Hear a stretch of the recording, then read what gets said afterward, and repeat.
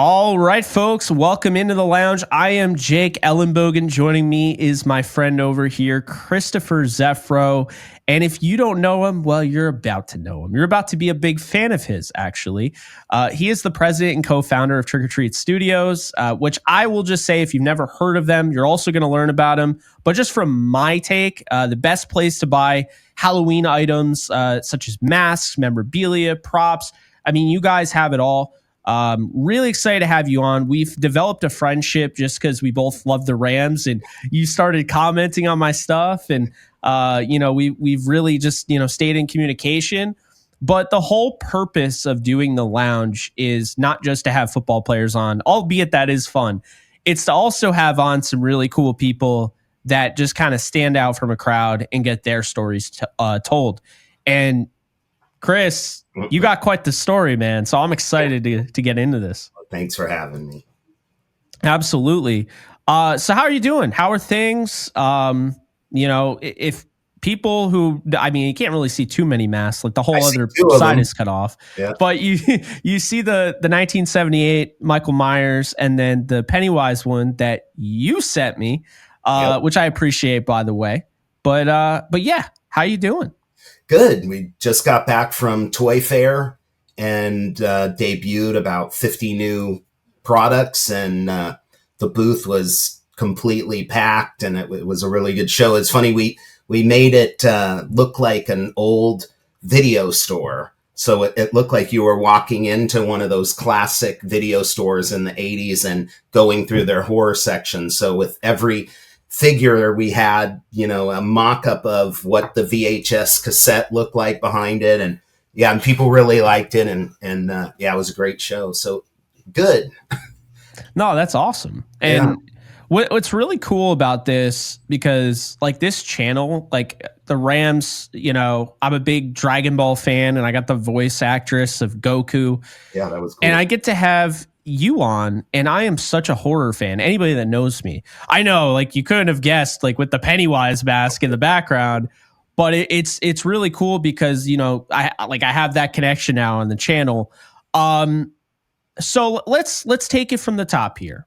What was your childhood like? Because getting into all this, you had to have been exposed to this stuff early on in life. It wasn't much different than it is now, which is kind of interesting. Yeah, I mean, I always loved, my brother was born on Halloween, and I was always so envious of it because he hates Halloween. I mean, he likes it, but he's scared of horror. He doesn't like horror movies, and I was just completely the opposite. And I would go to, those video stores in the 70s, and the scarier the cover, the bloodier, the better. And I just was really into it. I got all the Fangoria magazines. I loved comics and anything horror related, and metal music. It just was all just raised on monsters and collecting masks and horror masks from Donpo Studios, which ironically we own now. And, all of the great classic horror films. I was just enamored with it. And mostly, like, I knew it wasn't real, just the makeup effects and the people behind the makeup. And it was just fascinating to me. No, that is awesome.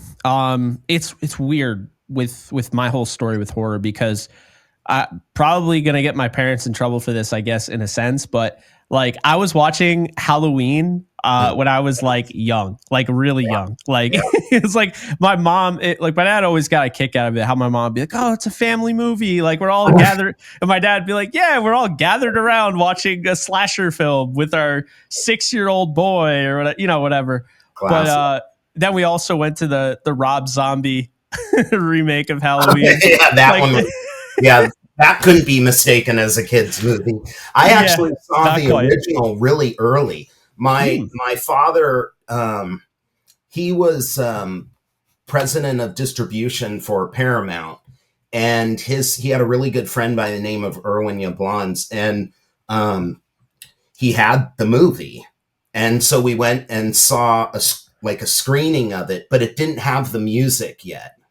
Oh wow! Yeah, and it was. It was cool. And then I saw it again with the music, and I mean, it was a different film. And Carpenter did that in one recording.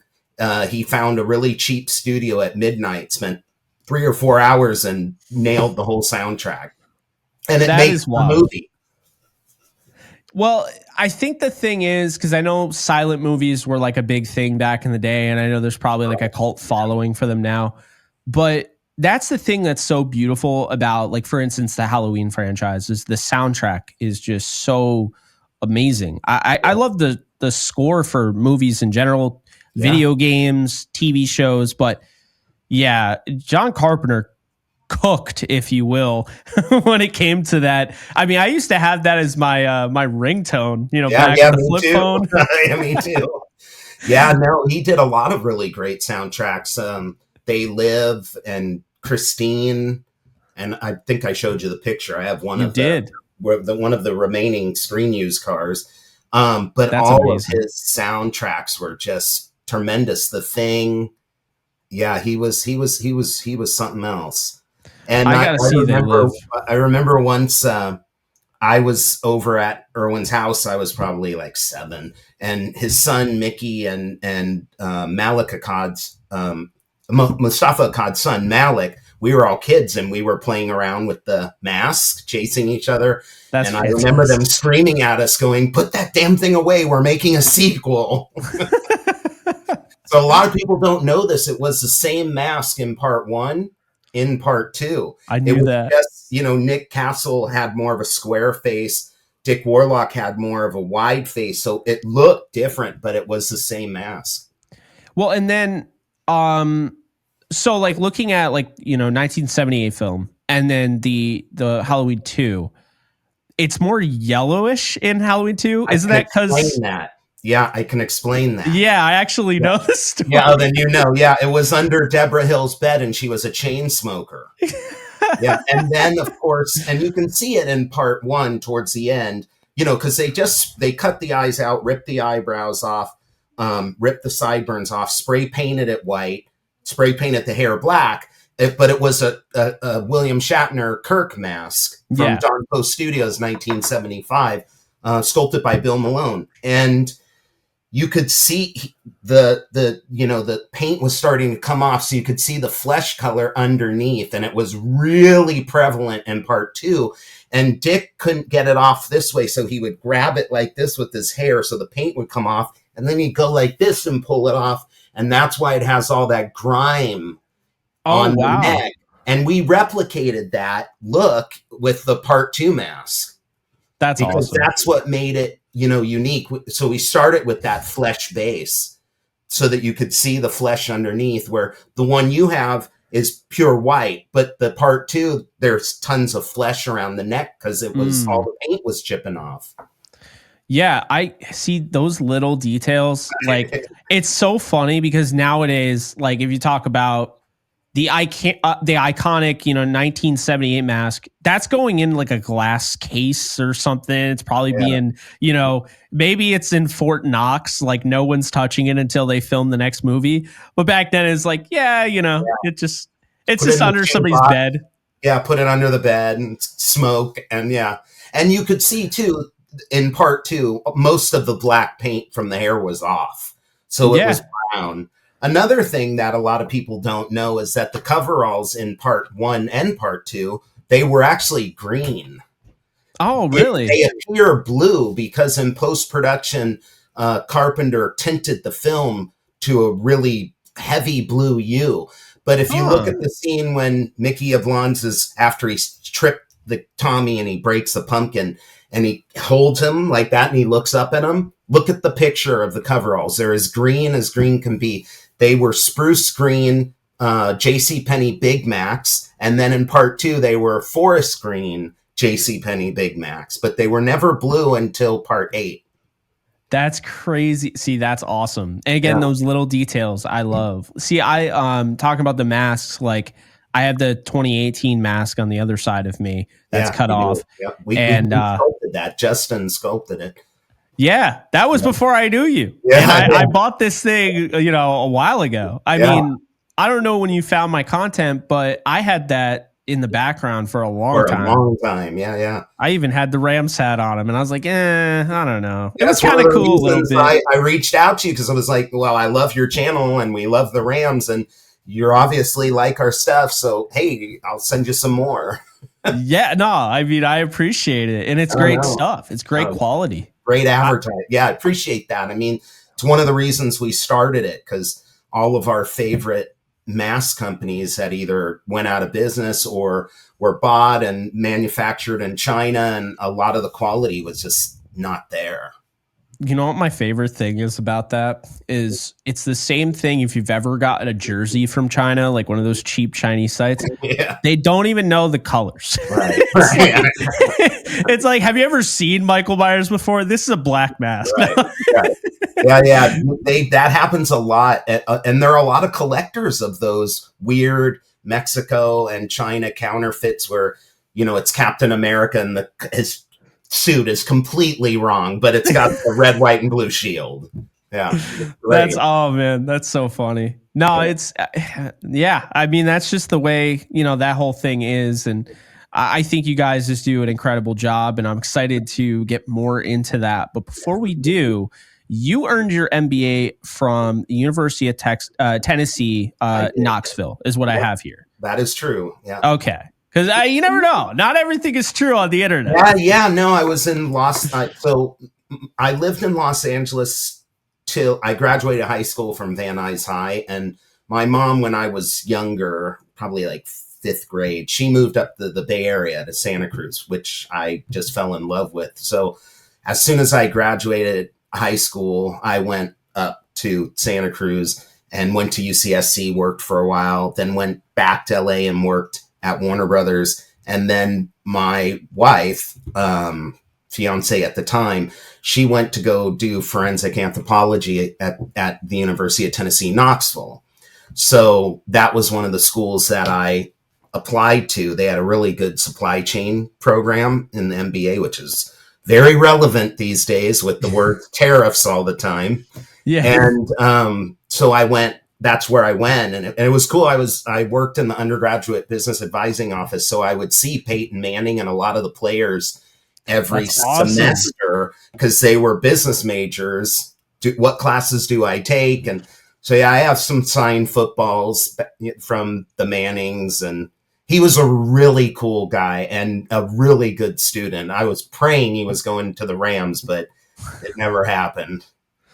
Oh man, can you imagine? It would have been unbelievable. Oh Lord, yeah. Don't threaten me with a good time. I've always been a big fan of Peyton Manning. I begged him to go, but he's like, it's outside of my control.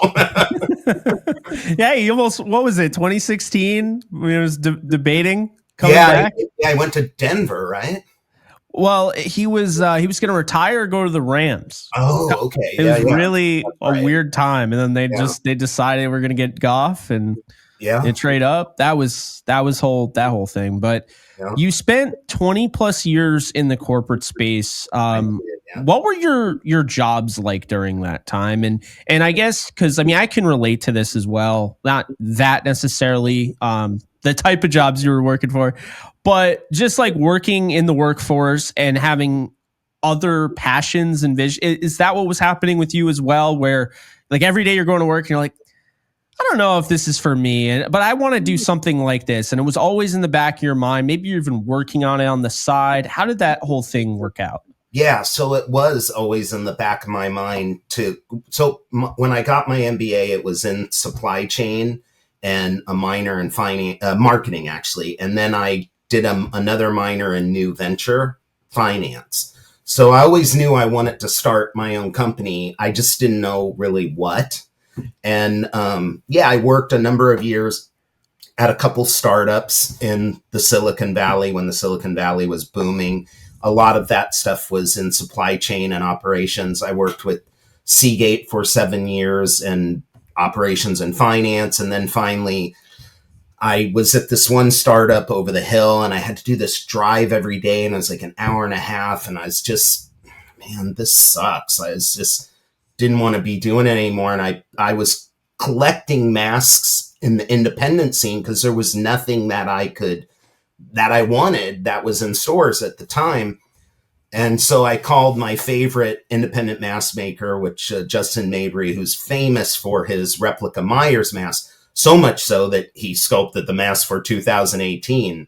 And then they use that as the base for kills and ends. And I just said, hey, you want to start a mask business? Your incredible artwork and my business acumen, I think we could do something. And then he said yes. And I got home and told my wife that I was going to quit and take our house money we were saving for a house and start Trick or Treat Studios in the middle of a recession. But by the book. Yeah. I'm a little bit obsessive compulsive. So if I put my mind to something, I'm all in. So I think she knew that I was passionate about it. And so we started it.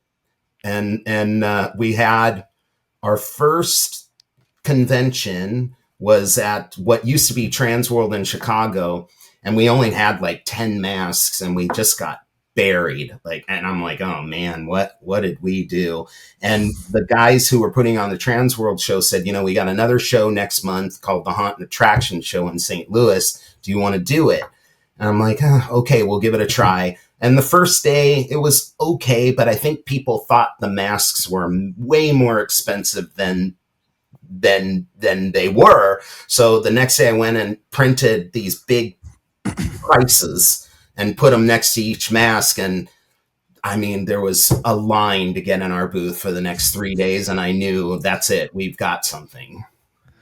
That is awesome. And what I love about that is you took something that you were already passionate about and you knew that whatever was out there was inferior to whatever you felt like you could make.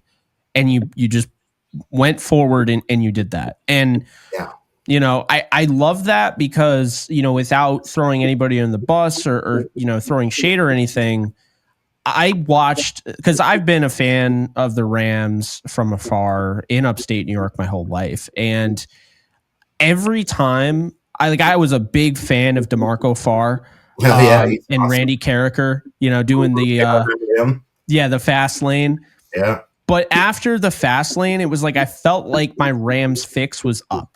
I remember begging my dad to get TuneIn Radio so I could listen to the fast lane in study hall. And then after that, it was like, there were some bloggers out there, but I was like, I really think I would like to tackle that. And then, of course, as time goes on, I change things up. I go to business school because I want to open my own concert venue. And then I go business administration at a community college, drop out, and then I'm back to the sports thing. But it was always in the back of my head, and eventually it just came to be. But I love that because you are not just solving your problem. I'm sure there are a lot of people that are in your boat like, man, the quality of these masks just suck. Yeah. Yeah. It still happens. I mean, it's funny to me. I had a Pennywise mask, not that one. I know which one it was. The plastic one. Yeah. I'm not using that. It looks ridiculous. Yeah. It looks ridiculous. Like what? I'd rather do and I've never been a makeup person ever. But and no shade to anybody that has, but it's just too much work for me. But I'd rather do the makeup than wear that plastic, you know. It was horrible. It was awful. And this is the best I've seen by far. Country Mile. Well, that comes off of the original appliances. That was one of the things that we wanted to do. So just a step back, I mean, I knew that there were a lot of people like yourself and Justin and I that wanted something better. I had to convince the stores that, and the studios especially. But one of the things, Justin knows a lot of artists. He lives in LA now and is really tight with that community. So we try whenever possible to get actual movie material so that you're really getting a piece of the film at an affordable price. A lot of the Myers people, the collectors, I mean, they're spending like $500-600 a mask.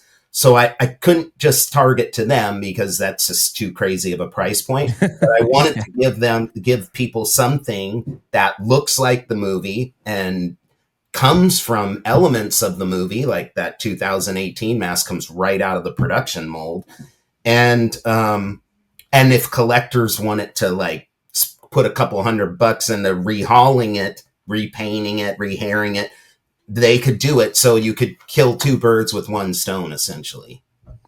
No, I like that, and the whole affordability thing. I mean, that was after all Walt Disney's plan. Now, of course, that's not what ended up happening. Right. but it's like having an affordable place to take your kids, and then it's like for you having an affordable. And I feel like you've stuck to that because I don't feel like I think I'm breaking the bank on video games now, but I feel like the masks are totally worth it. Like the high quality, and it's like.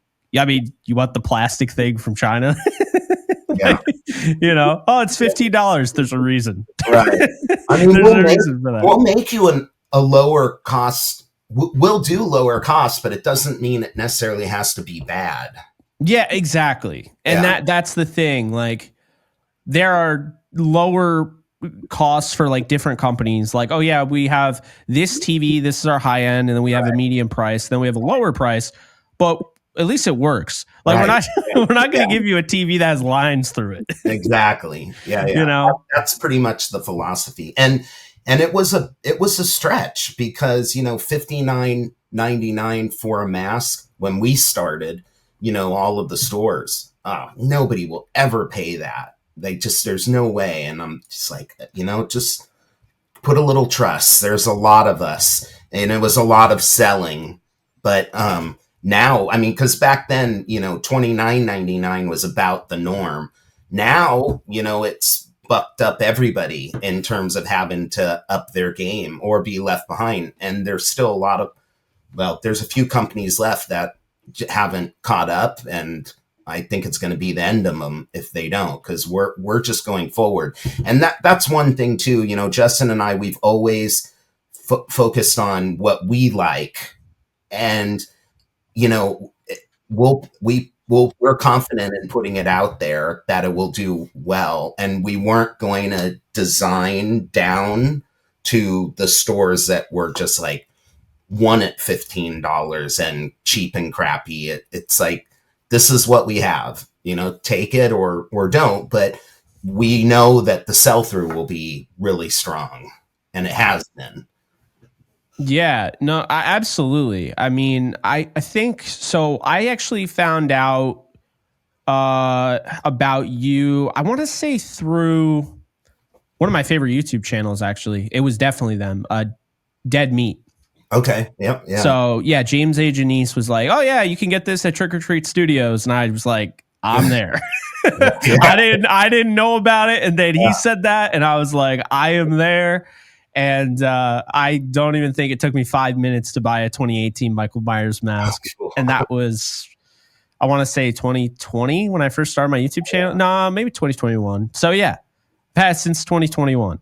Yeah. Maybe 2020. Well, they're made by real artisans. Yeah. They, that our factory down in Mexico does just a tremendous job on it.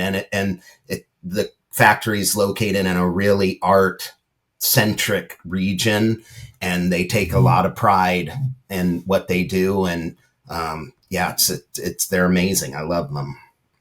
No, I love that. I think that's really cool. And, I'm really impressed with what you've been able to do. And I'm so excited for just the future of like your company and everything, because I mean, we're still waiting. I think I want to actually bring this up a little bit later, but we are still waiting on another, I guess, iconic Michael Myers-esque, like horror villain, if you will. I would say Art the Clown is probably the closest.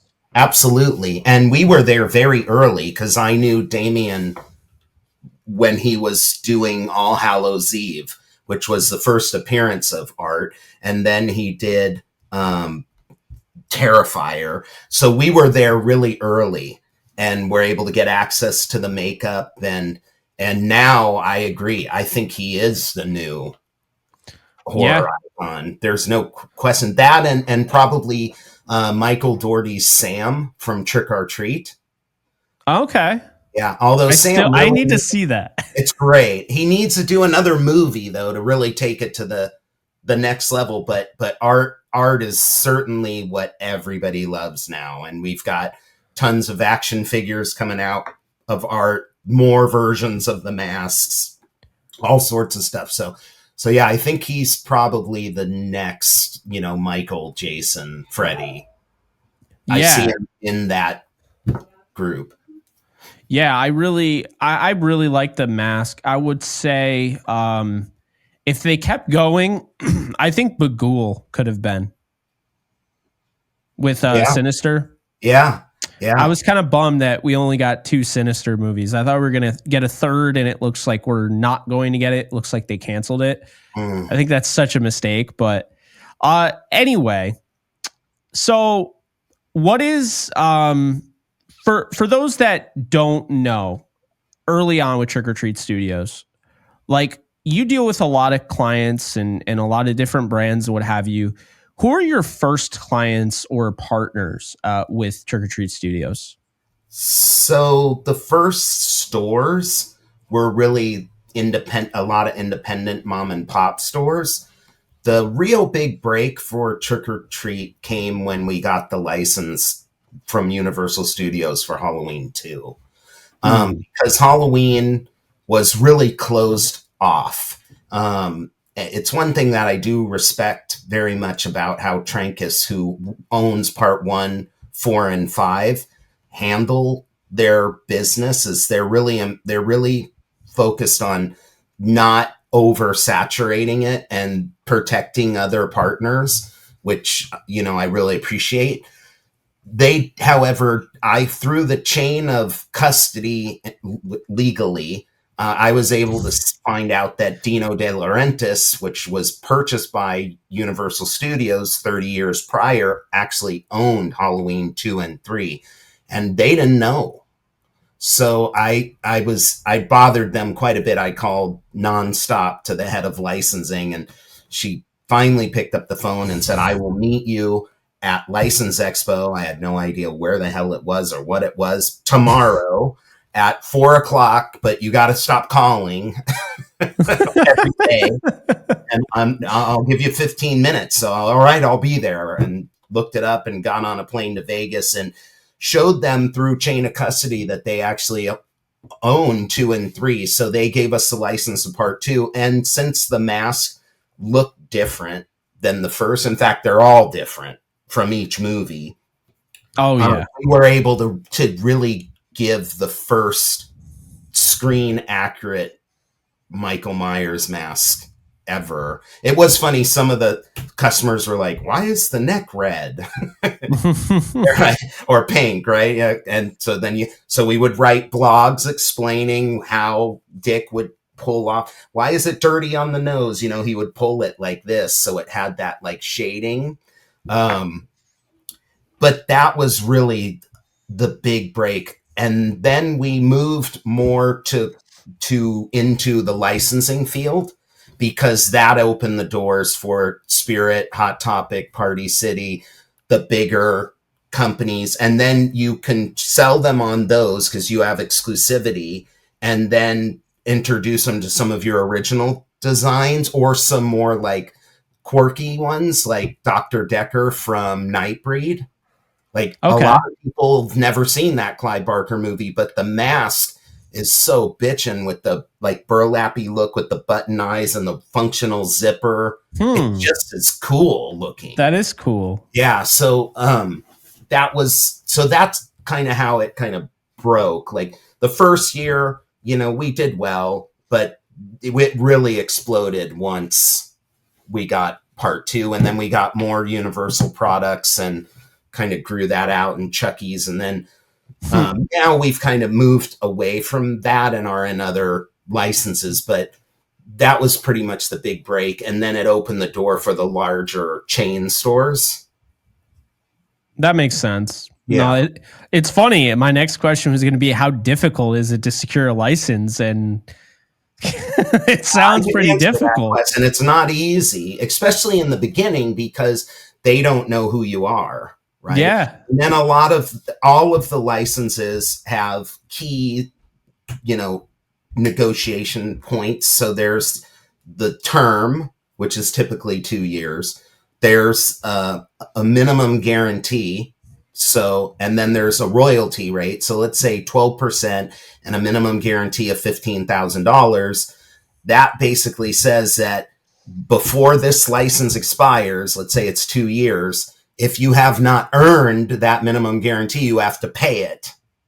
The Mm, differences. So that can be, okay. and some of the bigger studios, you're looking at $100,000, $150,000 MGs. And it's a lot, right? So we kind of started with the smaller properties like Darkman and Funhouse and some of those quirky 80s horrors that would have lower minimum guarantees until you kind of can graduate into the big ones. We're still holding out for Batman, of course. we Oh, ask wow. we ask them all the time. So hopefully one of these days but we're doing a lot of business with Warner Brothers now, so they're starting to see that you have to build that credibility, and you have to be pretty persistent and confident, and you've got to take risks, right? Because some of these minimum guarantees are pretty high. So, you're taking on some risk, especially with new movies, right? Yeah. Because they don't have an audience. So you got we did the new Crow movie, which I liked actually, and I thought the look was really good, but I mean, it lasted in the theater a week, Oh, so, you were probably going to bite the bullet on that, but so there's some risk involved too, especially from the licensing side. And you definitely need to have more wins than losses. Yeah, that kind of goes without saying, yeah, Chris. yeah.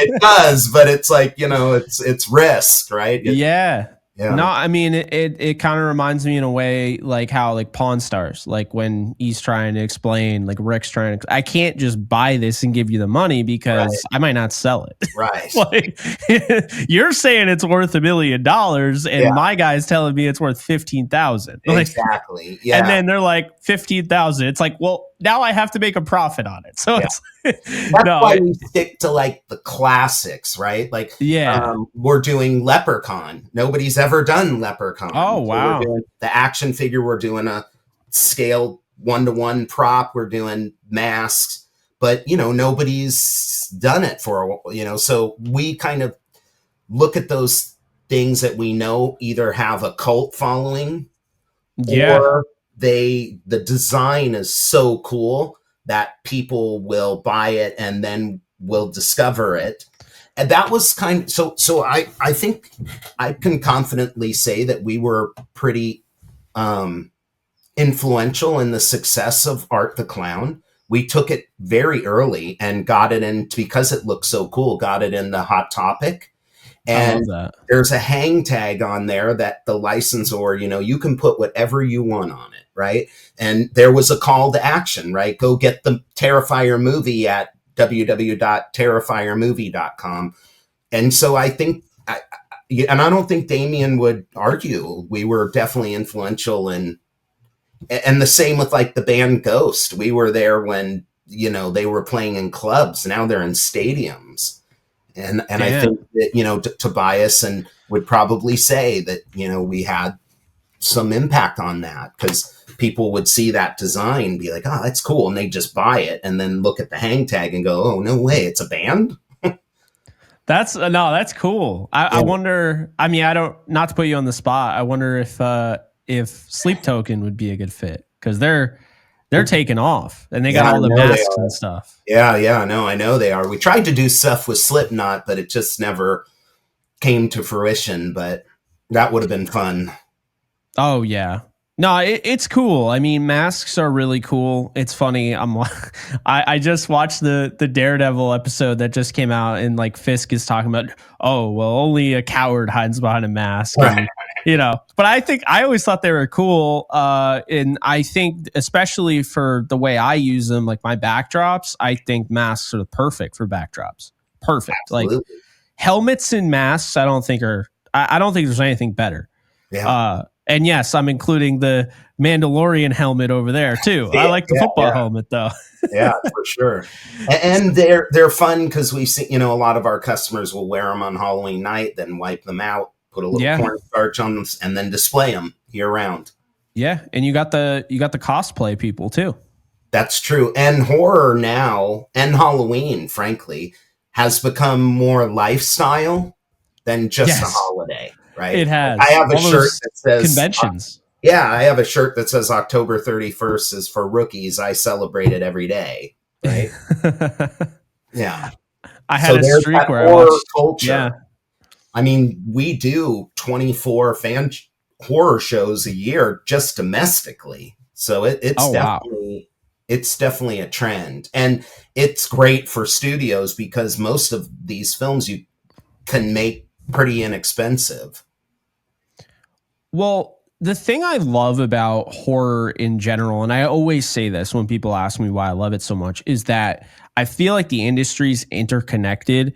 Even like the fans are involved. Like I feel, not to say nobody outside of it would give you the time of day or would come on my show, for instance, but like you look at these horror people, like these actors, actresses, and they're not groaning and complaining that they're not being, they're getting asked to come on a show to talk about a movie that they were in 30 years ago, and they're enjoying it. Totally. And I feel like everybody that gets involved with horror has some sort of like connection to it. Like there's actually a passion, like there's love for it. And I know just from, watching like, Danielle Harris, for instance, loves the genre. And I feel like that's what fans want, right? I mean, you and I talk about football a lot, and it's like, what do you want from a guy on your team? You want him to love that he's on the team. You want him to want to return to the team when his contract is up. Well, I think it's no different than fans of a certain franchise. They just want to have that recognition. Like, okay, so yeah, okay, we know that you play a character and you're not actually, Michael Myers or whatever, but like at least acknowledge that you liked it and you're a part of it. And, we see it all the time where, these guys are going to conventions, like we talked about ScreamCon off air. These guys are going to these conventions and are still staying around and interacting with the fans and being a part of it. And that's really the cool thing. And I just think, like, for instance, I feel like the whole Terrifier franchise right now, Damien Leone, I feel like it's like a love letter to people that like practical gore and like something 80s. New, something different, Mm-hmm. It pays homage to a lot of different things. I'm not going to lie, but it is its own thing while doing that. Absolutely. Yeah. But that's also you all too. Of his influences, right? His influences are all that 80s, non-computer generated guy in a rubber mask with blood and everywhere. And but it's funny because a lot of the movies in the 80s were exactly that. They just got demolished by the ratings boards. Yes. So a lot of those incredible makeup effects were cut and are forever lost. Unfortunately, there's been clearly, Terrifier shows, they've relaxed quite a bit. Like you could never show some of you would have gotten XX for some of the stuff that they show in Terrifier now. But it's a great time to be a practical effects horror buff because it makes it onto the screen now. Well, and it's also funny because now, like, the sign of the times, and I was literally just complaining about this to my friend, how I feel like video games, for instance, everything's AI generated now. I mean, like, Sony is working on, like, AI dialogue now. Like, you're talking about a whole industry of voice actors and actresses that would be out of a job. And this is where they're going, and it's not making our lives better. It's just cutting costs. It's making it cheaper. It's making it easier and quicker. And I feel like horror is the opposite. Horror will spend all the time in the world, and I know because just watching Dead Meat and James A. Janice breaking down certain, scenes, they're like, yeah, it took about 3 hours, and the scene is 5 seconds long, but they wanted to make sure it was perfect. And that is, I think, the disconnect where this industry and this realm of entertainment, it's like attention to detail times a million. And that's why I think I like it so much, to be honest with you. Absolutely. And the horror fans are, they're the most loyal too. And it is cool for all of those actors in the 80s to kind of have like a new revival and be appreciated and loved. I remember I think she recently passed away, but the lady who played, Jason's mom. Oh, yeah. She just was mind boggled by like, you got to be kidding. There's a line around the block for my autograph, like for that thing I did. I barely remember. And yeah, they want you. They love you. Get out, go do it. Give them the signatures and the pictures. And if you haven't gone to a horror convention, they're a blast. Everybody's happy and social, and they're some of the nicest people you'll meet. No, that's awesome. I definitely want to go to one. I know a friend of mine is going to ScreamCon, so that will there. That's awesome. Love that.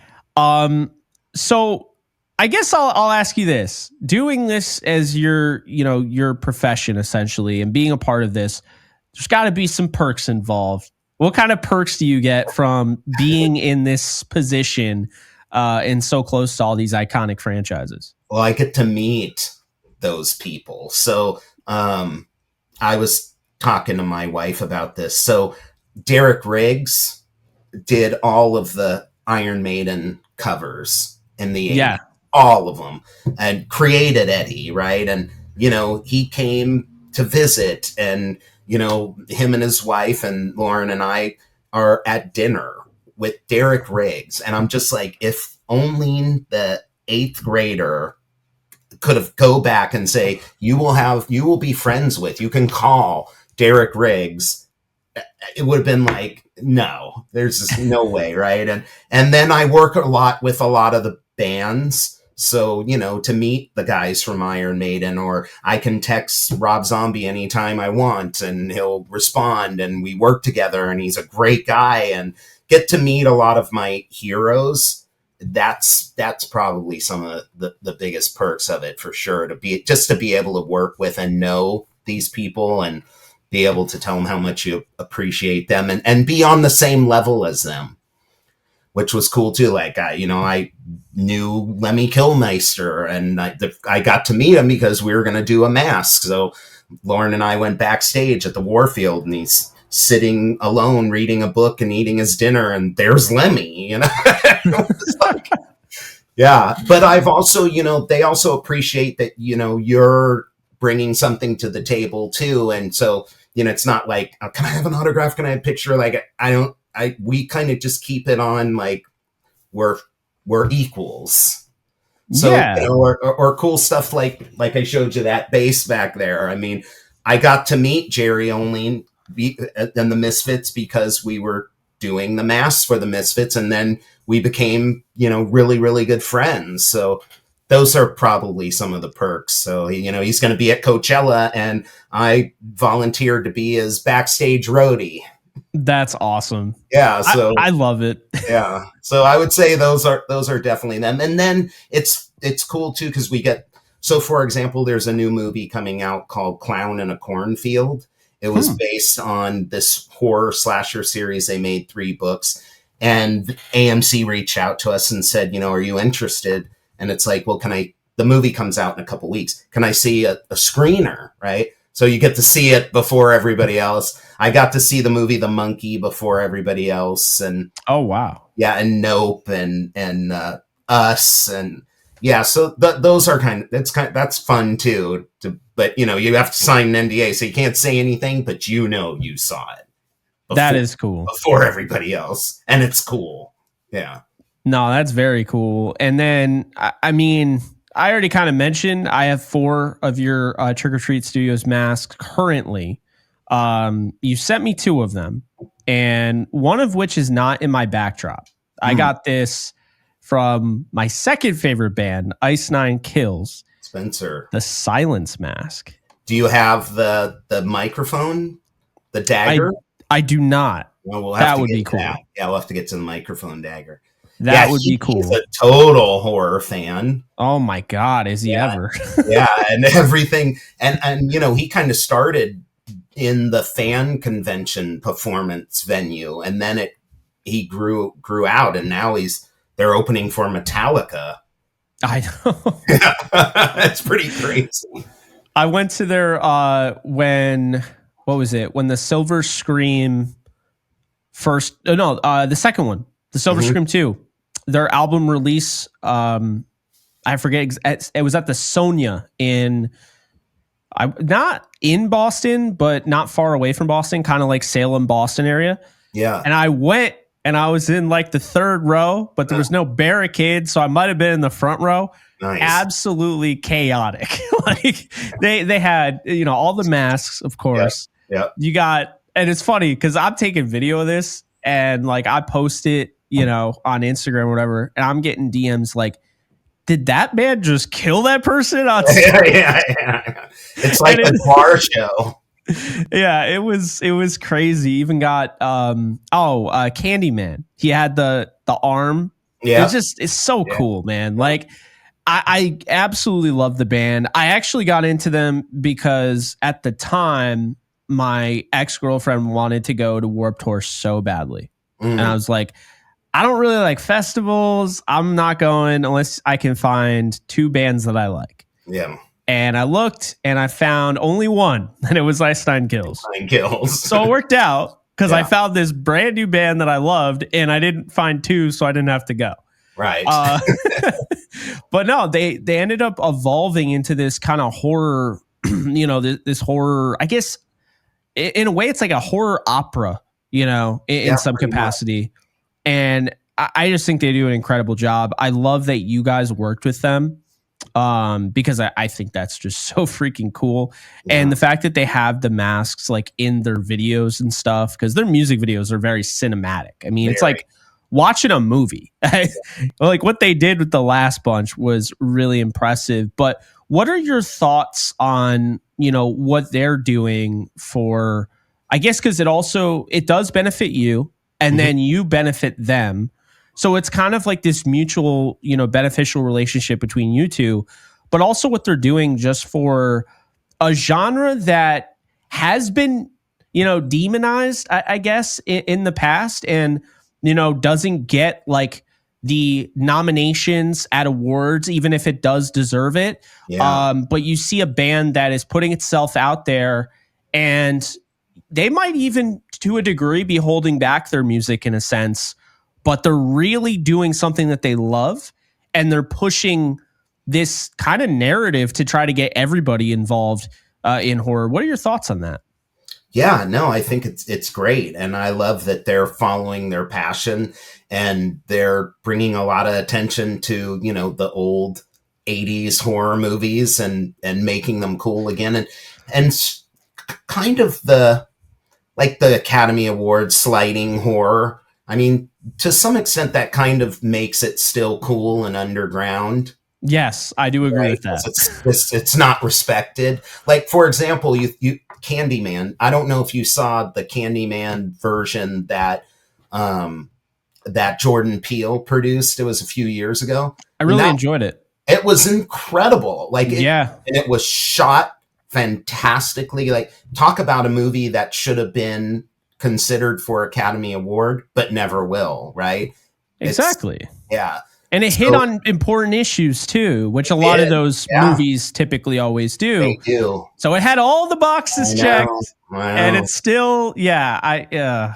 It was fantastic. It was beautiful. That shot from outside into the building when that girl's getting killed by him, and you can't see him, but being raised. I mean, that was incredible cinematography, and just how it was shot was incredible. I thought it was really cool. Tony Todd got a chance to be a part of it as well Yeah, before he passed. I yeah, he love was a that really they. nice guy. That's all I hear. I'm like, Yeah, I'm sad, obviously, because I'm a fan. But man, I would have loved to interview him. You know what he's I a mean? super cool dude. We did. So Justin was involved in a little independent movie called Candy Corn, and Tony Mm. Todd was part of that, Oh, and really? got to know him, and he was just a great guy. And then we did likeness rights for the Candyman action figure. I really wanted to do a Candyman mask based on the Peel movie, but this studio didn't want to do it for some reason. But I think it would have made a really cool mask with like the bees and the honey, and Oh, yeah. it would have been so cool. You know, it'd be a cool mask that I just thought of. I mean, I apologize if you already have it. Yeah, what is it? Patrick Bateman. He's Oh, got yeah, kind of this yeah, like quirky. Do you yeah. have it or no? We action figures. An action figure is in the works, Mm-hmm. but the only well, we have a new material.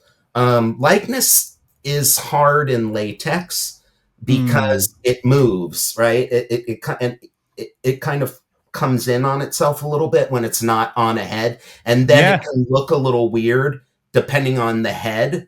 We discovered that through like when we were doing WWE, and of course I did all the 80s villains that they had never done.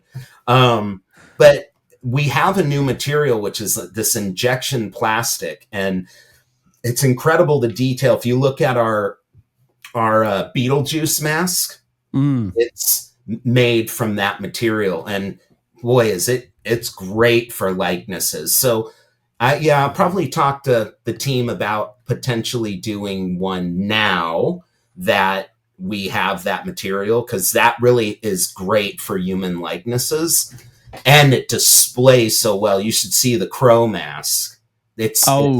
Yeah, Okay. we did that in the injection plastic, and you would swear it's Brandon. I mean, it's so cool, and people are really drawn to it. So, yeah, we have proprietary processing on that stuff, and it's amazing with the likeness. So, yeah, it'd be fun to go back and do it. I don't know if this is kind of interesting too, especially on some of those older films. A lot of the studios don't have likeness. So you have to Okay. go do a separate deal. So, for example, we have RoboCop. We're the first ever companies to come out with a action figure of the villain, and Wow. Kirkwood Smith, and we're doing his mask as well. But we had to sign a deal with MGM for RoboCop, and then we had to go do a separate license deal with Kirkwood Smith, as we did with Tony Todd and others. So sometimes they don't have likeness and you have to go get it. Like, for example, none of the Arnold movies have his likeness. That's why when you see Okay. RoboCop, not RoboCop, excuse me, Terminator, they usually are just doing the exoskeleton, or maybe the exoskeleton with a little flesh, but not Arnold's features, because it requires a likeness deal. And some of those can be very expensive Oh, yeah. in their minimum guarantees. And it's like stuff like that I almost don't even understand, because like, for instance, I was just at Universal in Florida, Mhm. and it's like they have the Marvel stuff, and then they Yeah. have the Marvel stuff in Disney, Yeah. and you're like, oh, well, it's just the Marvel comic stuff, right? And then the Marvel cinematic stuff is Right. in Disney. Most of it's the cinematic universe. But then they're selling the Marvel cinematic stuff in their store. So Right. I'm like, what is happening? Yeah, no, I know. Yeah, no, it's weird. We do a lot of work with Universal Halloween Horror Nights. So we do. Oh, that's awesome. Yeah, so like whenever they do a Myers Maze, it's us. Whenever they do Texas Chainsaw Massacre, it's us. And I don't know if they're going to do Fallout this year or next year, but we're doing Fallout as well. Oh, Yeah. so Which would be a very the cool ghoul. maze. Yes, the ghoul and the costumes and the wrist attachment. Oh, the Pit Boy. Yeah, the Pit Boy, and then we're doing like that. a statue of the Pit Boy, Pit Girl. Okay. Yeah. I like that. Yeah. Yeah, no, that's awesome. I Season really two, like I that. think, comes out this summer. I can't wait. I thought the first Oh, season was great. did you play the games? I did. So good, man. Yeah, yeah. And Like I the really like storytelling. Last of Us too. Did you see Last of Us? Yeah, the Yeah. second one is, well, I'm not as excited about that for obvious reasons. Yeah. But you know, But the first uh, couple episodes were almost like 1-to-1 with the video game. I know it's Yeah. wild, and the Yeah. casting. I think Pedro Pascal has such a deep Yeah, he's range. great. He's great. I mean, he's also Mando over there, and so Yeah. it's like Yeah. and he's Oberyn from Game of Thrones. Yep. And he was in what was that drug cartel film Oh, show? That show. He was in that. It was great. yeah, It was with Pablo Escobar. yeah. I didn't see it, but Oh, you'll love it. It's great. It's really oh, Narcos. Narcos. Yeah, Yep. he was in that, and he's fantastic. Yeah, he's a really good character actor. The same with the guy who plays Baby Billy and the Ghoul, and he's on White Lotus now. He's fantastic character actor. I love that. I Yeah, love like the range and just being able to play different characters. I mean, I honestly like with Harry Potter, like I even both like Harry. So Daniel Radcliffe totally got typecast. Like I he did, he but he's did. better than his typecast. It's wild. He's Yeah, like the bad guy. Like he's the younger. They always cast him as kind of younger and mature, yeah, but he's always the bad guy now. And then Rupert Grint, yeah, bad guy in now everything, it seems like. And he yeah, was in the knock on the cabin woods or yeah, yeah. whatever. Cabin in the Knock Woods. on the cabin. Yeah. I forget what is a Yeah. knock on the cabin, I think it's called. The one with Okay. Dave Bautista. Oh yeah, yeah, yeah. Yeah. So I mean, like I love that where you can kind of just because again, the person like this is why like Tom Holland, for instance, like he doesn't just play Spider-Man. He's Right. played some crazy heavy roles. I mean, I Yeah. think his last role was nuts. I Yeah. don't know if you saw the what was it? The Crowded Room. I haven't, Crazy. but I want to. Yeah. Highly recommend it. Cool. But yeah, it's cool. And you mentioned Fallout. I wanted to ask you, and apologies if it's already on the site and I missed it, but do you do like video games as well, like a Resident Evil or like yeah. So we're doing Silent Hill? So we've done gosh, I have to remember the name of it. It's on the tip of my tongue. It will come back to me, but we've done a few, and we're gonna do Street Fighter.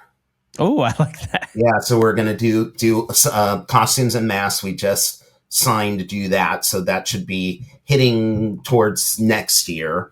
Oh man, what was the name of that one? Dead by Daylight. We did that. Oh, yeah, they got some cool like Yeah. original stuff. Like Yeah. I'd like to see a movie for some of the stuff. Yeah, it'd be really cool. And it's funny too because they did like a version of Leatherface. Yeah, Yeah, so we did that version of cool. Leatherface. It was done by Greg Nicotero from really a famous effects guy, and so yeah, we like the video game space too. It's a little rough. You got to be careful on some of the anime stuff because so many people like they're judged by the fact that they made their own everything. Oh yeah. Yeah, right. Like, so you're kind of like the nose is kind of turned up if you bought something that's out, right? Like that you get props for making your own stuff in that world. So some of those video games we have to be careful with, but I love the horror ones. I mean, I remember the first time I played Resident Evil, I couldn't believe it. I was scared. Yeah. That what was it? Biohazard and That Village. one was great. Yeah, Those the one were under, crazy. yeah, that was freaky. Yeah, that was the one underwater, right? Yeah, I don't know if you had caught wind of my channel yet. This is before it was just kind of like a miscellaneous do whatever I want thing. Yeah. I actually streamed both entire playthroughs on that channel, on the Rams channel, and I'm not deleting them. That's awesome. Yeah, leave them.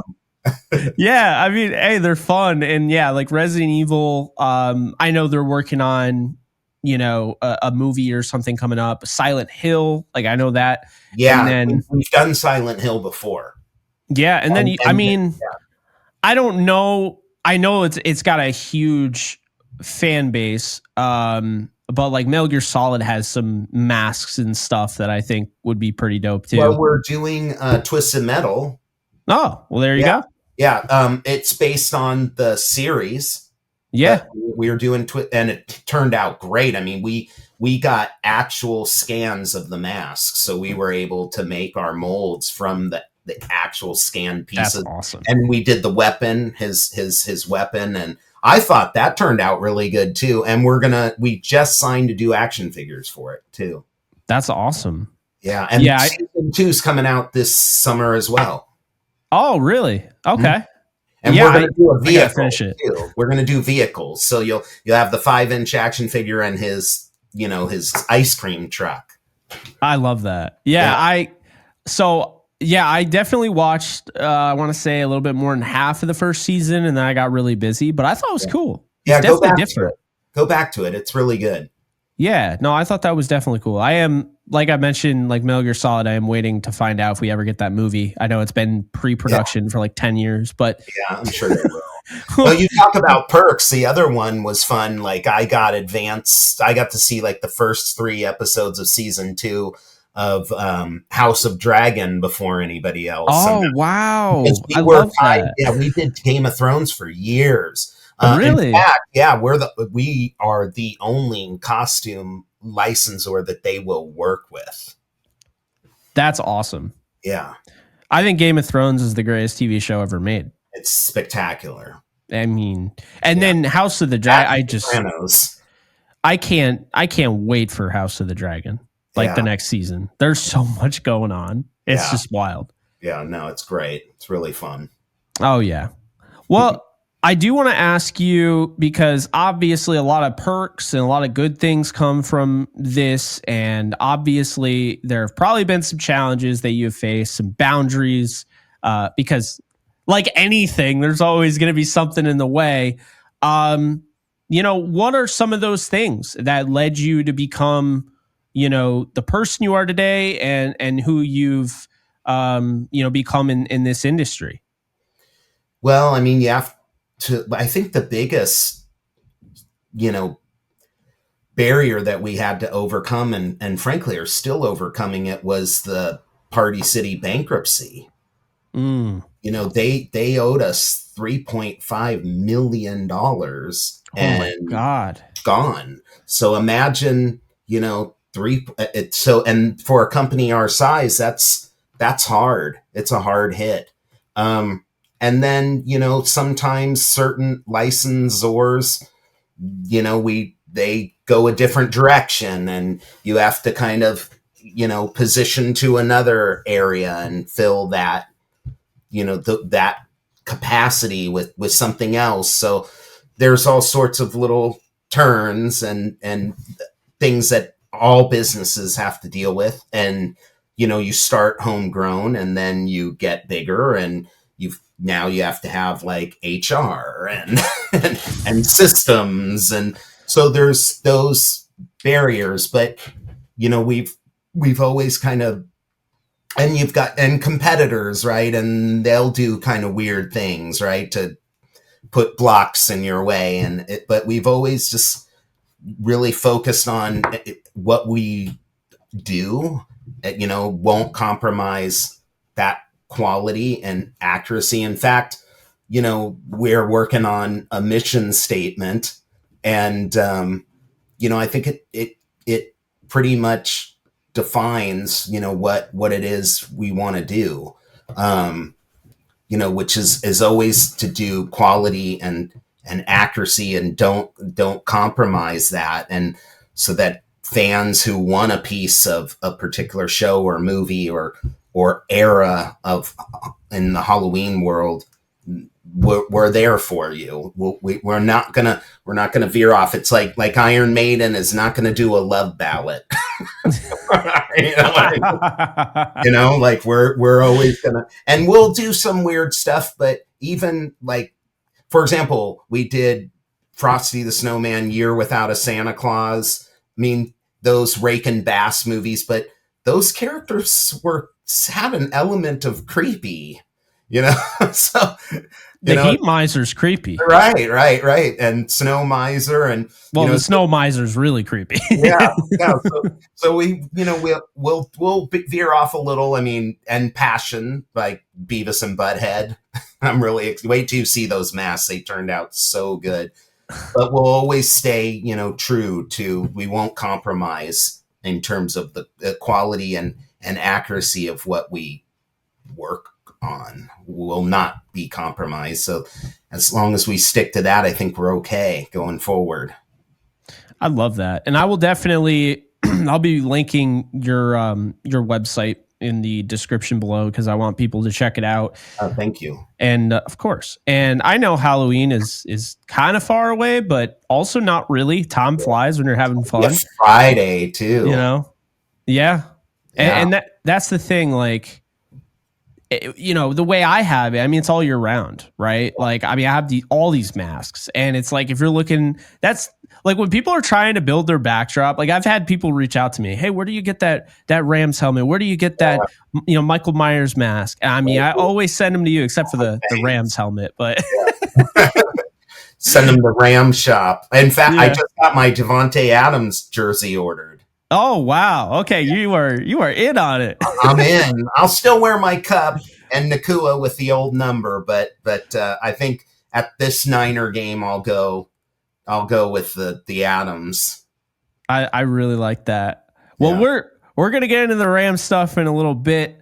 I do have to ask you, so it's hard. There's a lot out there. It's your favorite horror icon and your favorite horror movie. We'll start off with that. Okay, well, I mean, Michael Myers for sure. I can give you my top 3 horror movies. Yeah. Okay, so The Shining, no particular order. The Shining, I love Stanley Kubrick, and I just think every shot that he does is so awesome. It's so well thought out, right? So The Shining, Halloween, and The Exorcist. I like it. Those are my big 3. Man, I don't even think I could give you my... it depends. Do you call American Psycho a horror movie? Yeah. I guess suspense, thriller, horror, kind of in the same realm of Silence of the Lambs. Because I feel like I'm cheating. And Chris, I don't want to cheat, but I feel like I'm cheating. I feel like it's like a psych thriller. So I'd probably say Halloween 1978. Honestly, people are going to hate me for this. It Chapter 2, like the remake, like I think is fantastic. I didn't like the ending of it, the original one, and I freaking loved it. I feel like they landed perfectly in Chapter 2. And then my third would probably be, since I'm not going to cheat with American Psycho, I'll probably go Sinister. I just thought it was so... Yeah, it was great. We did the mask for that. Oh man. Yeah, that was a really cool movie. I like the second one too. Oh yeah. We were just talking about it. I want a third. Wow. They might. We shall see on that one. If it makes money and it didn't cost a lot to shoot, Hollywood loves a sequel. I'm sorry, a reimagining. Oh, you know what? You just reminded me. I love the new Scream, man. Yeah. I loved it. They did a good job. I'm bummed about they're just totally getting rid of Sam Carpenter and the Carpenters in general. I'm really bummed about that because that movie in particular, and just look at the cast. I mean, Mikey Madison just got, I think best actor or actress. It was crazy. Like Dermot Mulroney and, Melissa Barrera and Jenna Ortega. I mean, the cast was nuts. I forget who at the beginning, who's like kind of the quick kill at the beginning of that movie. There's like that opening kill. Was it the guy that plays, I wonder if it's the guy that plays Flash Thompson in Spider-Man. But I thought it was a bigger name guy. Yeah, I know he's part of it, but I know they're in pre-production for a new movie. You know what it was? It was that one, Ready or Not. She's in Ready or Not. Okay. That's who it was. And it was a joke because she was actually supposed to be the main character and she missed out to Melissa Barrera, so they had her in it, but they had killed her off at the beginning, like the cold open. A lot of these actors, they start in horror and then they get famous, right? Jennifer Addison was in Leprechaun. I know. What's the guy who plays McFly? He was in one of the Friday the 13th. I love that guy too. He was in Wilbur. Remember, with the mice? Man, I can't remember his name, but yeah, I mean, it's funny. Kevin Bacon was in Halloween was in Friday the 13th part 1. Yeah. And I think he was also in, he was in Animal House, but that was a comedy, of course. But who's the one that gets killed in Nightmare? Who's the one that gets killed in that? Like the actor, young actor. Oh, are you kidding? It was I can't remember his name. And this is crazy that we don't know this because he's in everything that he was Edward Scissorhands, for crying out loud. Oh, Johnny Depp. There we go. There you go. Yeah, he was in Nightmare on Elm Street. Yeah, he came to Hollywood to be a musician. He was a guitar player, and then he was friends with oh man, this is not my day for remembering names. Hey, we got Johnny Depp. Francis Ford Coppola's son. Okay. Yeah. And he's like, you should go audition for this little horror movie that Wes Craven's doing. And he did. And that's how his acting career started. Because his musician, he's a good musician. It just didn't take off after the acting because he's so good looking. I became like teen bop idol. And now he's in Hollywood Vampires. Correct. Yeah, with Alice Cooper. Yeah, that's cool that he still ended up doing that. And Wes Craven. Some of these names, man, Kubrick, Craven. What about Tobe Hooper? He did, Texas Chainsaw Massacre, which was really nobody had ever done anything like that. Like shoot it so grainy, documentary style, totally tight. And then he did Poltergeist. I still think the 1974 Texas Chainsaw Massacre is just a total masterpiece. Like, brilliant.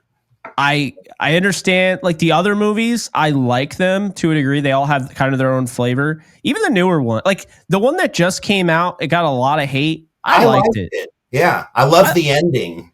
Yes, and it collides.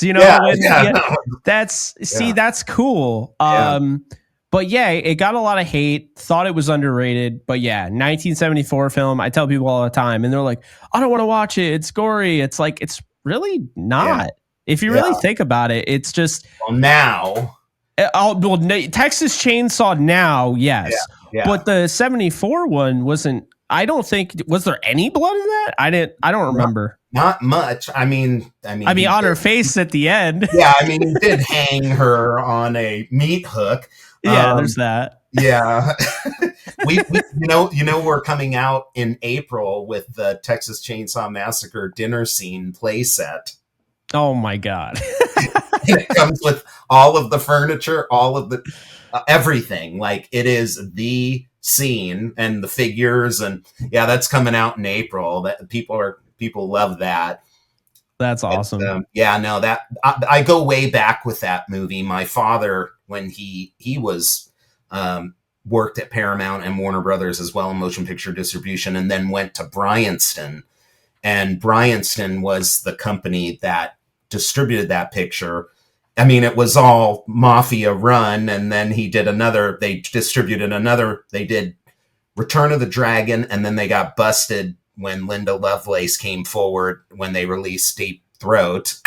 And that was pretty much the end of his motion picture career, because it was on the front page of the calendar, Los Angeles Times, and the mob and motion picture business. I wanted, I thought, for a long time to get into motion picture distribution. And I did for a while, only to find out that I hated it. So I left. But his last name, Zephro, kind of was blacklisted. And I had to prove that we're different people. Oh my God. Yeah, but yeah, so that was that another story another time, but Oh man. yeah. Well, so I'll ask you this: do you prefer grounded slashers in reality or supernatural and demonic? Well, I love demonic. um, but I would probably say probably grounded slashers. But I do love, a nice possession film. I'm with you. I mean, at the same time, though, it's like Art the Clown's kind of a little bit of both in a weird way. He is. Yeah. He also has a gun, which is very different than. And he uses it.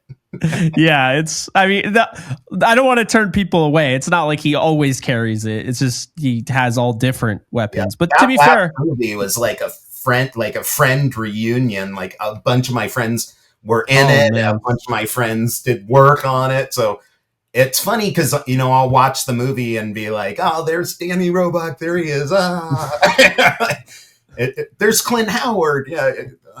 So you watch it with a different lens. It's funny. My daughter, when she was young, she was like 7, and we went to Midsummer Scream, its first ever year, and Sid Haig was next to us, and my daughter Sydney and Sid got along like 2 peas in a pod, and it was actually good for her because she could relate that, how could he play such a horrible clown and be such a nice guy. And so she always knew the separation, right? That they're playing a character.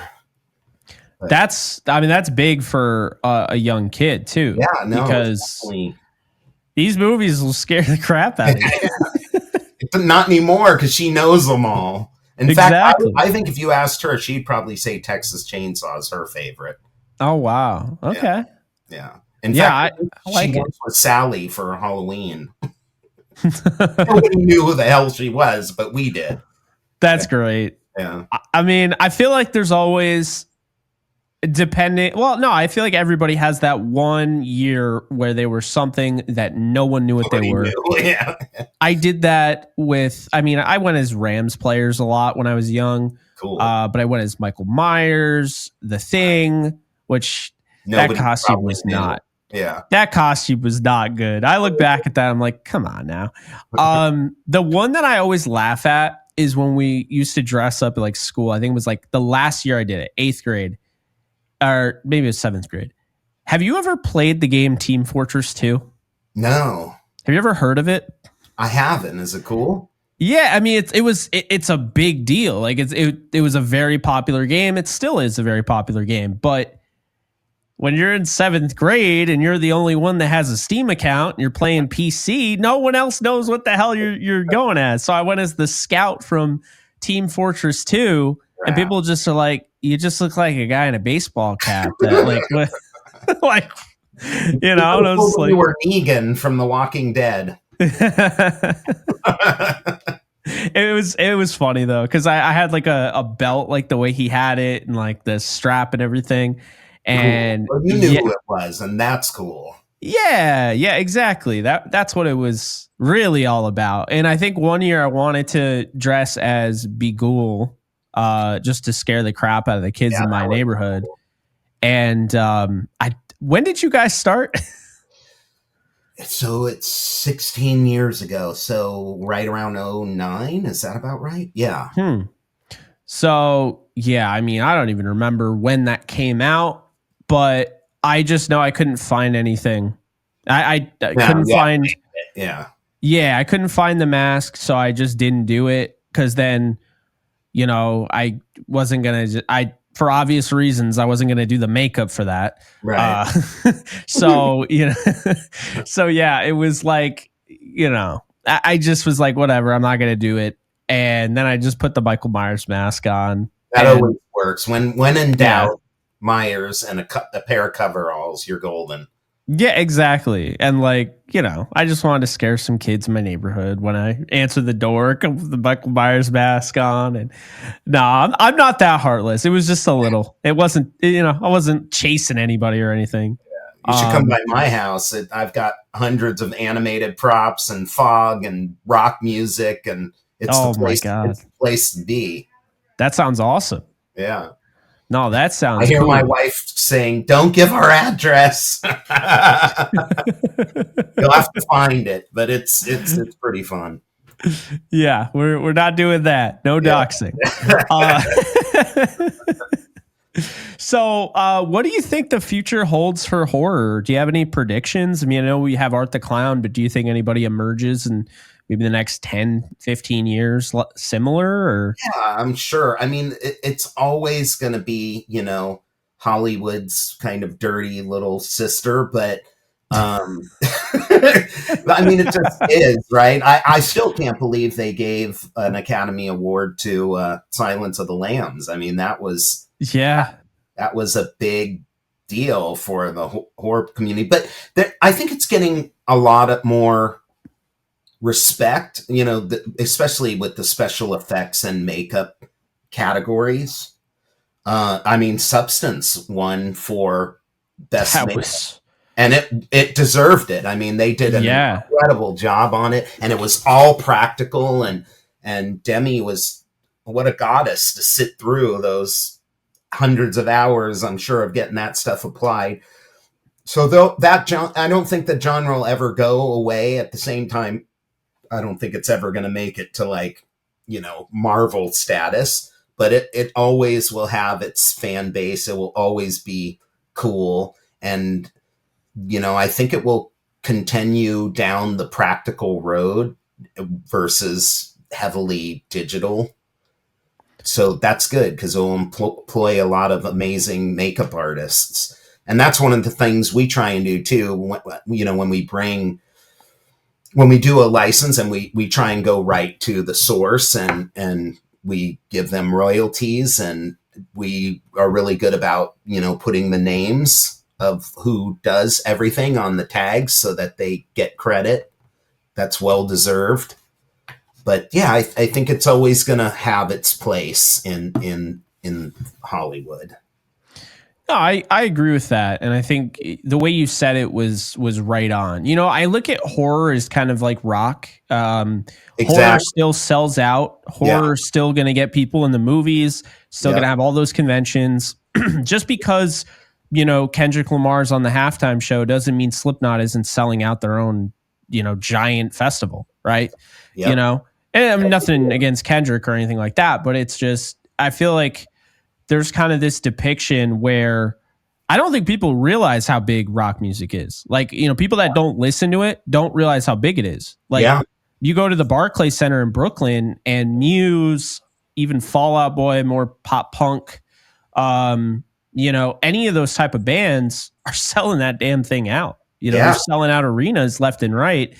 And I think that's the thing is like with horror, it's like, some people might not even know. Like the people I talk to, not everybody even knows Terrifier yet.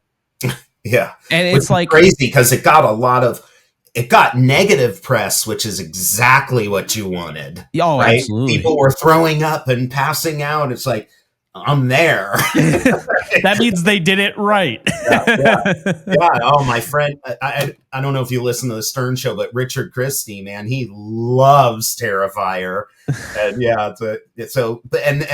Howard always goofs on him. So it will always be that, it's the cool kid club that mainstream, won't pay attention to, but it's huge, right? And at the end of the day, they do love it because it tends to be less expensive because it usually doesn't have big stars attached to it, and it's done practically, so you don't have the digital, so it's inexpensive to make a lot of the times in versus like $100 million King Kong versus Godzilla films. So yeah, and even some of these little cult ones. I saw one called In Violent Nature. I don't know if you saw that. It was on Shudder. I But haven't seen that yet, but I heard good things. it's cool. It probably costs nothing to make. Like they probably did it under 200 grand. Yeah. And I'm sure like Terrifier 2, I think it was under $1 million to make and it made a fortune. And the last one made 80. Oh, well, 2 was the one that came out. The one before it, maybe it was 3. Anyway, the last one did like $80 million. Oh, yeah. Just insane. Yeah, it is a good for a sign. picture where the film prior to it was only released on weekends.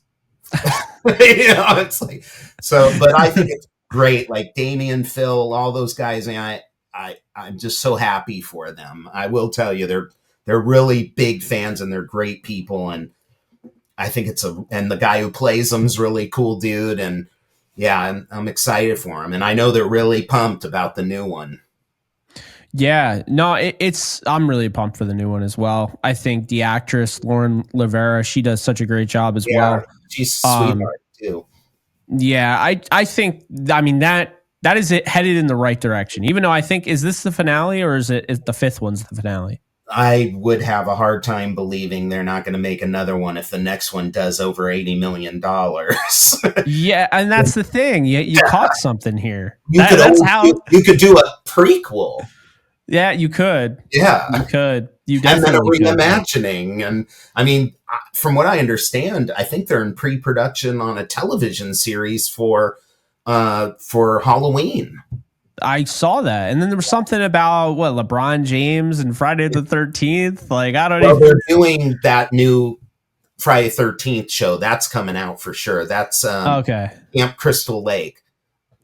I'll be there. That's a prequel series. So yeah, me too. I'll check it out. That'll be really fun. I'll be there for that, and then Alien Earth looks interesting as well. Yeah. So yeah. you got a lot of. It's weird how not weird. I mean, it makes a lot of sense actually when you really think about it. A lot of TV shows now are starting to come out that were like movie series, and now they're going to TV. Yeah. Except Mandalorian's doing the opposite, and now they're actually going to release a movie. Yeah. Well, you can do that. Yeah. Yeah, I definitely like both. I think they both have their purpose. Switching gears. Oh, wait, real quick before we do. Welcome to Geary is coming out too. What's that? Welcome to Geary is coming out too. A TV series on the universe. Yeah. Well, I'll be there. Yeah, I mean, you see the you see the Pennywise mask. It's in our contract, so we'll be there too. I love it. Oh, yeah. Real quick before we switch gears, I was bummed because I went to. I mean, it was something I could do. We went for a wedding and then we turned it into a vacation. But I went to Florida. Was it 2-3 months before they came out with the new park in Universal? Yeah, Universal Park. Yeah. Are you guys gonna do anything with that? With the monsters? I would love to. I'm my friend Daniel Horn, who's also one of our artists. He did a lot of the artwork there, and Justin, my co-founder, did some work too. So yeah, awesome. Hopefully right now Universal and I and Trick or Treat are a little bit at our odds, but I think we'll come back. Okay. Well, sure. I wouldn't have mentioned it all those times if I knew that. Yeah, no, it's fine. No. It's not. It's just some stupid miscommunication business stuff, but I'm sure we'll be back again down the road. Yeah. Give it a little time, and you never say never. Yeah, no, I get that. Yeah. All right, now we're switching gears because this is really cool, and no one would know this. I didn't know this until you told me. You have done Brazilian Jiu-jitsu for 32 years. That is true. And you are a 3rd degree black belt.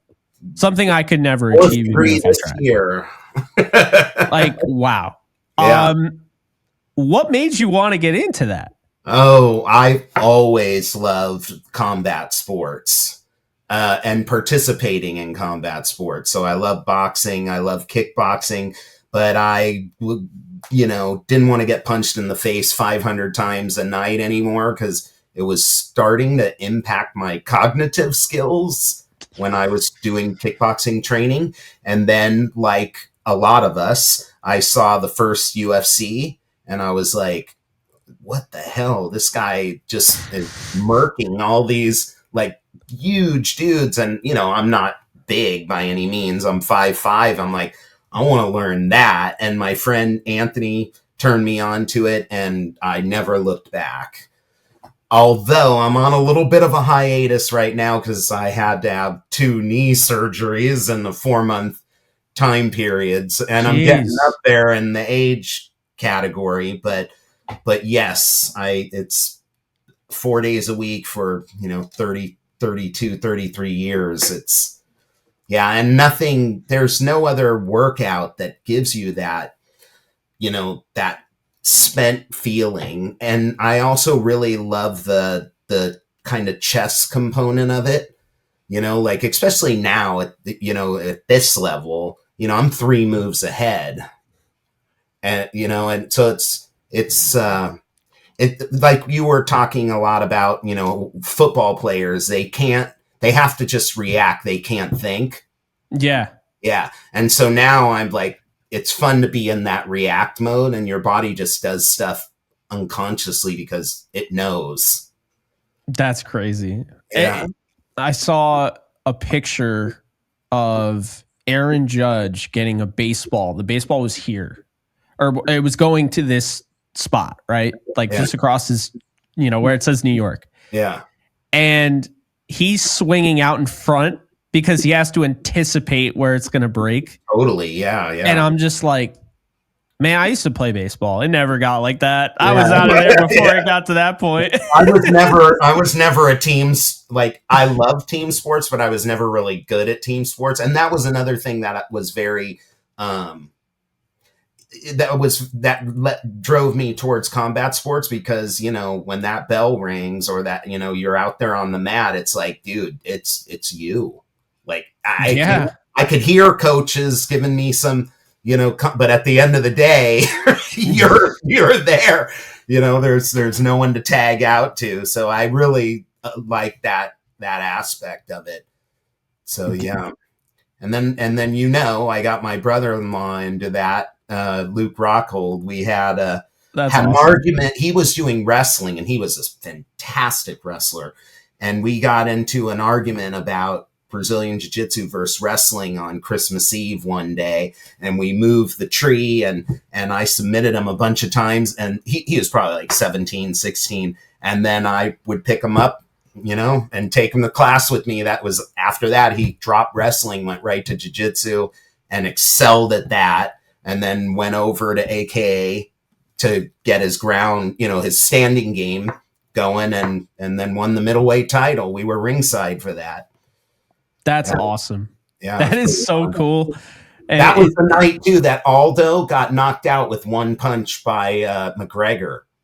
Oh.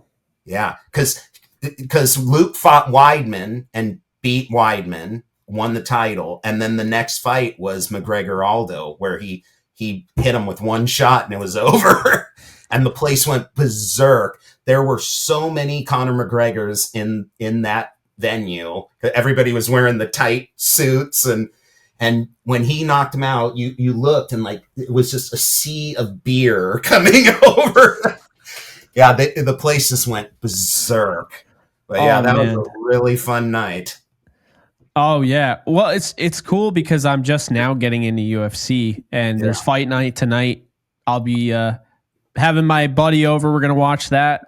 I normally, just because it's a lot of money, I can't catch all the pay-per-views. Yeah, I hear but I like the fight nights, man. I like the free cards, or not free, you're paying for cable or whatever, but still, I think they're fun to watch, and getting to know the sport. And I think you already know by now, but the first time I ever even really thought about it was when Bobby Brown, who's now with the Panthers, sadly, was like, he reaches out to me, and this is like 2 a.m. and he texts me, he's like, yo, we need to do a UFC show together. I was like, I don't know a lick about UFC. And he's like, I'll teach you. He's a fan. Yeah. So, no, I heard your interview, and he's a big fan. Oh yeah, he's very much into the UFC, and I mean we'll probably visit that down the road. It'll probably happen. You should go But there I didn't. again. Next time Yeah. it's in New York, you'll love it. It's really fun. Oh, I would love to. Yeah, I mean, I need to. I mean, yeah, we almost went to an event that Luke was on, but for some reason, I think his opponent got injured. So, yeah, they had to pull out. But yeah, it's fun to go live. You'll dig it. I just wish those guys would get paid a little more. yeah, I mean, that's the thing. Like, you talk about putting your body on the line. Oh, I mean, that's like forget about the cage. It's getting to the cage. It's all the sparring and the pounding. Exactly. Yeah, it's hardcore. It was like the main event 2 weeks ago. The guy gets hurt pre-match. Yeah.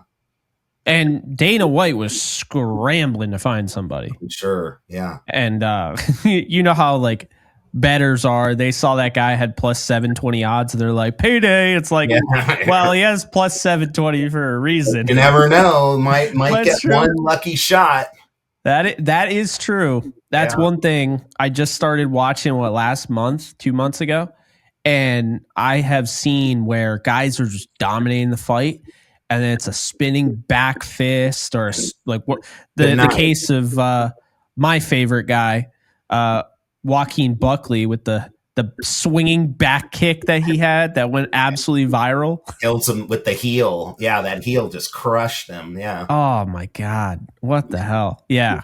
Well, anyway, I wanted to touch on that real quick, and then we'll wrap it up here. Pretty much end it with the Rams. I feel like it's only fair. Yeah. So we're on to the Rams. You're a passionate Rams fan. I've talked to you about them. We've shared our thoughts on them. I mean, it was basically how we connected. So how did you become a Rams fan? My brother. So I lived in Los Angeles, and my brother was a Rams fan. And so I remember vividly, Vince Ferragamo, Wendell Tyler days. We would always go to the I remember the Super Bowl where we had him, man. Jack Youngblood dropped that ball, was right in his hands.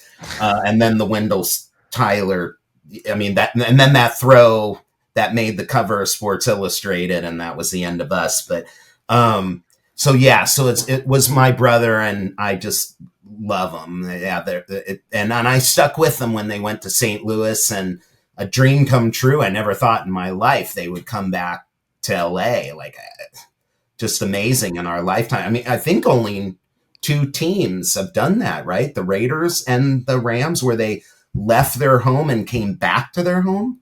Yeah. Yeah. And so I even remember when we would play the Niners, we would always lose at home and we would beat them there. And I saw, Montana, Craig, all of those. I mean, we were there in the end zone. I went to the last Ram game ever. It was against the Minnesota Vikings, and Kevin Green ran around the whole stadium and high-fived and said goodbye to everybody. And then they win a Super Bowl in St. Louis, which was great, but I wish it happened there. And then I went to the Super Bowl where we won. Yeah, that was, so you were there. I was there. Yeah. I was sweating it when Beckham went down. Oh, I bought like $500 worth of t-shirts. The seats were a fortune. And I'm like, oh man. And then that first play out, like I saw it from across the stadium. He threw Ramsey out. I'm like, where was the flag? And then the first pass was an interception. And I'm like, oh, we're going to lose. And then I know it was.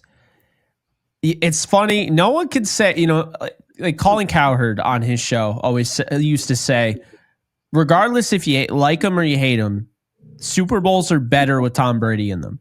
And I agree. I mean, every Super Bowl that he's been in has been close, really. Yeah. Patrick Mahomes, you can't say the same. He's had 2 blowout losses. Yeah. The Rams are no different. Every Super Bowl they've been in has been a close Super Bowl. Well, and win it's like last season, every win, I'm like, can it just be easy Oh, once? I know. That's why No. that Vikings game was so great, because it was like, that was the first time I ever felt kind of relaxed. I know. And yet I was having a blast. I didn't want it to stop. Nothing against Sam Darnold or the Vikings or any of those guys, but that was Great. I told now 3 Rams I interviewed on that night. No one was beating you. Not even the 85 Bears would beat the Rams in that game. I wish we played Philly that night. I know. And they still almost. I think they outplayed them. Of course, did outplay them. There's no question about it. Look at the stats. Yeah, I mean, like if you read that stat to any football fan and told them the team lost, you'd be like, "What? They lost?" Yeah. Oh man. Sucked. That one just Bo, man, where were you going? That one missed block, but they asked him to do a lot, and I think he did pretty good. Yeah, no, he definitely did. Who would you say is your all-time favorite Ram? Wow, probably Kurt Warner. I love Kurt. Yeah, and he's such a nice guy. Like as I told you, I go to the Niner game every year, and I get there super early, and he's, he was walking by. Kurt, he comes up, talked to us for like 15 minutes, and just and what an incredible story. And I do think though that he got completely screwed. He did. Mike Marks, like that was just ridiculous, and he had more in him.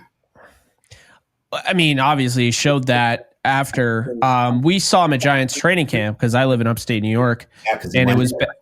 It was back where Giants training camp actually used to be local to me. It was at UAlbany, where, of course, Jared Verse is from.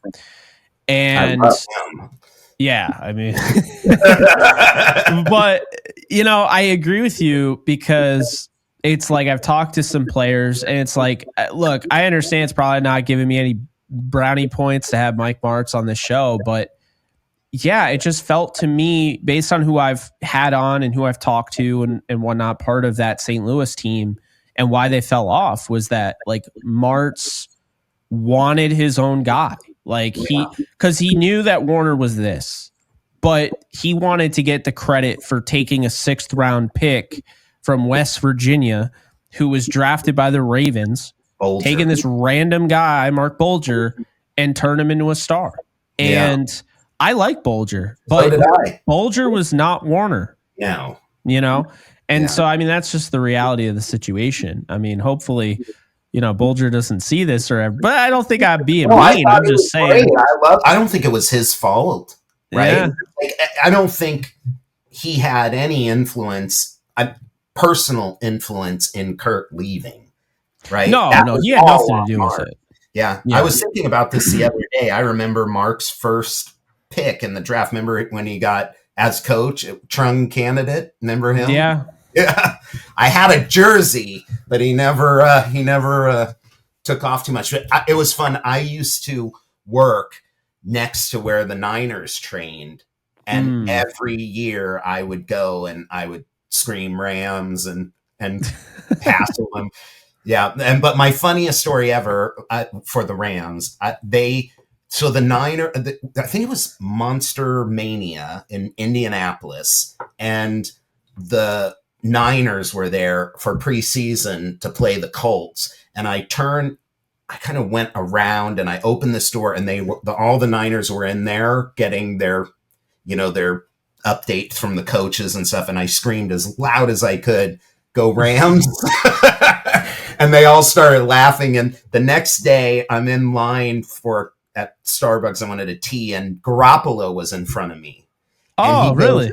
He goes, "Dude, are you the guy who said go Rams?" He's like, "Yeah." He goes, "That was so random. We were dying. I love that." He's like, and he bought me my tea. So I always loved him. So I was kind of excited that he's on the team now. That's awesome. Yeah, he got re-signed too. Yeah, nice. He's actually a nice guy. He seems it. I didn't like the way, the Niners treated him. No. And I mean, I'm sure actions speak louder than words, and his actions re-signing and turning down opportunities to potentially start, it just tells you all you need to know. That tells you the culture that McVay has set there, which is amazing. Yeah. I love McVay. He's the greatest. And I remember I really liked Henry Ellard a lot and Flipper Anderson. I just watched that catch against the Giants. Yeah. Yeah. What was the game where they were really behind in Seattle and they came back and won? It was like 20 years ago. I remember because I was Sean McDonald. It was insane, and I was watching, and my daughter was really young, and she went to sleep, and I didn't want to wake her up. She was on my chest, and I'm like, go, go, go, go. Yeah, that dude was like shot out of a rocket on that play. I mean, he was fast, but that play specifically, I just remember him just blowing by. And I remember someone just posted something on Twitter like earlier today, and I was just watching and reminiscing. All of the Rams walk-offs since like 1970, and there really wasn't that many, surprisingly. Yeah, I know. There was back-to-back because they had Puka, in 2023, and Robinson, and then DeMarcus in 2024. Yeah, but there was one specifically that really stood out to me was Ryan Fitzpatrick against the Texans making his first start. And he wasn't even starting. He came in relief. Yeah. Rams were getting killed in that game. They came all the way back. Yeah. And he had the slip screen the bubble screen to Kevin Curtis, who just weaved his way all the way through for a touchdown. Oh, yeah. The good times. Yeah. And that Super Bowl year with Kurt it was amazing because, I lived up north and I had to endure 17 losses in a row to the Niners, and then we just crushed them. I have to remind everybody that, all the Niner fans now that, we won 3 in a row. We've got a streak going now. Yeah. Yeah. It seems like that's just the only way it works between these two teams. There's always got to be a streak one way or another. Yeah, it'll be really interesting to see. I feel like they're in a tough situation. Like, I think Brock Purdy's good, but is he $50 million a year good? No. And then has the coach lost the team? I mean, I was at that game where the guy left. It was funny because my sales manager, Anthony, was sitting next to me and he goes, "Why are we playing a safety at linebacker?" Like he saw it right away. And then we heard on the radio that he refused to come in. So I remember that. Yeah, it's unbelievable. Oh, man. I'm surprised we won that game. It was really tight, and we couldn't get anything going at all. Oh, my God. And it was so rainy. Stafford couldn't grip the ball. No. Purdy couldn't grip the ball. No. You knew it was going to be a defensive battle. That game was fun. In a weird way. It was fun to watch. It shouldn't have been as close, right. But they had just beaten the Bills, and at that point, I remember leaving the Rams, the SoFi Stadium after they lost to the Eagles. I'm like, I flew 3,000 miles. Sorry you had to see that. To watch that. Yeah. But leaving that, and then I saw when I was leaving the stadium, I see on the Oculus or whatever it's called, they have the promo for the next game at SoFi. It was the Bills game. And I was like, well, we have no chance of winning that one. Yeah, no, I thought we were going to get demolished. What a great game. I know. And that really was their season. I mean, if they lose that game, who knows, But and then on a short week to go and beat the Niners on a Thursday night in the freezing rain, I'll take that. The Jets game was one of the coldest days of my life. I've never been colder. Yeah, everybody said it was just brutal. I was in 5 or 6 layers, Chris, and freezing. Yeah. I had people coming up to me to take a picture, and my mouth isn't moving, Chris. My mouth is not moving. Yeah. Even the players said it was one of the coldest games ever. Oh, yeah. And you had, Psycho Michael Hoyt with no shirt on. Insane. I'm bummed that he's gone. Did he go to Buffalo? He did. So he clearly was like... He has no problem with cold. Well, he's Canadian. Yeah, exactly. So there you go. Yeah, he was in Toronto, I think it was. Yeah. So. I sure hope we start off a little better. I have a feeling, this is just my prediction, that opening game, Thursday night football, is going to be the Philly Ram game.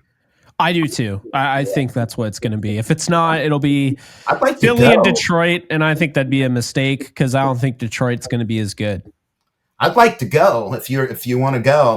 One of my oh yeah, I definitely want to. My game group division is a huge Philly game fan. We should go, and I don't drink, and I'll protect you guys.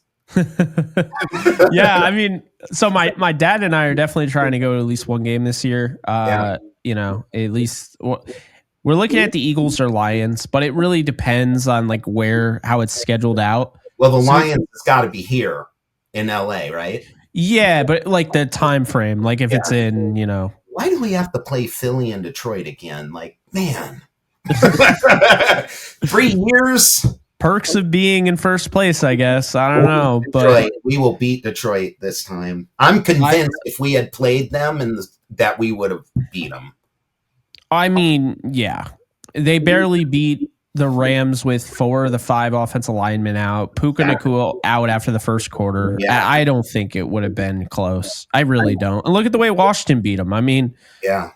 I don't. I kind of feel bad for them. I feel like their year was 2000. Like was this year? Like that was their window, and now they lost their coaches, and I don't know if they're going to be as a powerhouse.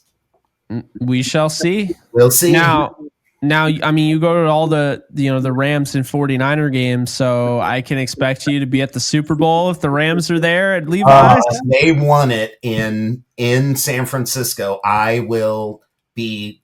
You will not. That would be like some of the happiest moment of my life. If besides my birth, my daughter, and my marriage, that would probably take it. Yeah. In San Francisco. I would just be a jersey every day. That's so funny. And then they go back to SoFi. Yeah. That was cool. That's a great venue. It's kind of wild how that works. The Rams they're going to be hosting I call the Rams. Obviously, I know the Chargers play there, but the Rams own the stadium. For it. Yeah, we paid for it. Yeah. So the Rams are going to host the Super Bowl, and you could argue there's a chance that they play in both of them. Yeah. I mean, it's possible in 2026. As long as we stay healthy. That's where it. Or 2027, I guess, would be the year that the Super Bowl takes place, but the 2026 season. You know what I mean? Yeah. Well, we'd have Stafford for hopefully 2 more years. I'd love a back-to-back. That'd be amazing. I feel fulfilled in life. Oh, man. Well, I'm going to wrap it up with 2 more questions here for you, Chris. All right.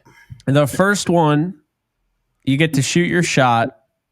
Who is going to be the franchise quarterback after Matthew Stafford? Oh, man. I wonder if we would trade up to get Manning. Be amazing, but I don't know if they'll have the capital to do it. I think it's going to come through the draft. I don't know who it is, but I think it's going to come through the draft. It has, because I don't. Yeah, that's going to be rough. It sure would be. Man, well, he just signed. The Bills quarterback just signed for 6 years. Oh, he's never leaving Buffalo. Yeah, so that's never happening. So yeah, I'm going to say it's through the draft. I don't know who it is, but it's probably through the draft. I think for me, it's one of these 3: Justin Herbert, Joe Burrow, that would be amazing. Trevor Lawrence. When does Burrow expire? Not for a while. I think it's 2029, but he has an out in his deal. And the reality is the Bengals are about to spend $70 million a year on receivers. I just don't know if that's sustainable. So This is either going to work out and Burrow's going to stay and, they'll figure it out, or it's not. It's going to disrupt the locker room. They're also, by the way, trying to bring back Trey Hendrickson for $30 million a year. Right. Now, I don't know where they're getting all this money, but that's the thing. I keep looking at the Bengals and keeping an eye on that situation because the timeline, it's kind of lining up to like a post Stafford thing. But I'll be honest with you, I want Stafford to play another 6 years if he has it. I mean, I don't. Although I'd love Burrow, and he would love McVay. Oh yeah. Yeah, Burrow would be like a really fireworks, cool dude too. He seems like a really nice guy too. Like, yeah, I think he'd fit. Listening to him talking, during the Super Bowl game and saying hi to all the players, and he just seemed like a pretty down to earth dude. Yeah, I could see him getting along really well with McVay. Yeah, that'd be amazing. I'll go with the draft, but I'd be certainly happy with that. Yeah, I think you might be right. Might be more wishful thinking on my part. But I don't know. I mean, with McVay, I don't think they're going to use draft capital on a quarterback this year. No. Well, they might day 3, but they're not getting anybody early, I don't think. I wonder if they'll keep Bennett around. No. I don't think they do. I didn't think they'd keep him around this year. So I know. I was a little surprised by that. But right. I think they should, personally, I think they should just get Trey Lance, have him be the 3. It would be funny having Trey Lance and Garoppolo. I didn't even realize that. But I think that'd be great. I just don't know if they would hold 3 on the 52. On the 53. Well, yeah, I feel like I guess, are going to now because of the emergency quarterback situation. The thing that the 49ers ran into they blamed losing to the Eagles on for like a whole off season. Yeah, except for the fact that their defense got smoked. Nobody says anything about that, but yeah, it was silly, but we knew how that would go. Last thing I got for you, man. How do you want to be remembered when it's all said and done? I've heard this question before. Just somebody who followed his passion and created a company that gave a lot of joy to not only its employees and everybody that was associated with it, but its fans. I love that. Chris, appreciate you, buddy. It's great getting to know you a little bit more, and I'm glad that other people are going to be able to do the same. You guys can check out all of Chris's stuff in the description below. There's links for his social. There's links for the social for Trick or Treat Studios. There's the link to actually buy merchandise from the Trick or Treat Studios. So check it all in the description below. Hit that thumbs up button. Hit the subscribe button for more interviews. And I'll see you guys next time. Cool. Thank you.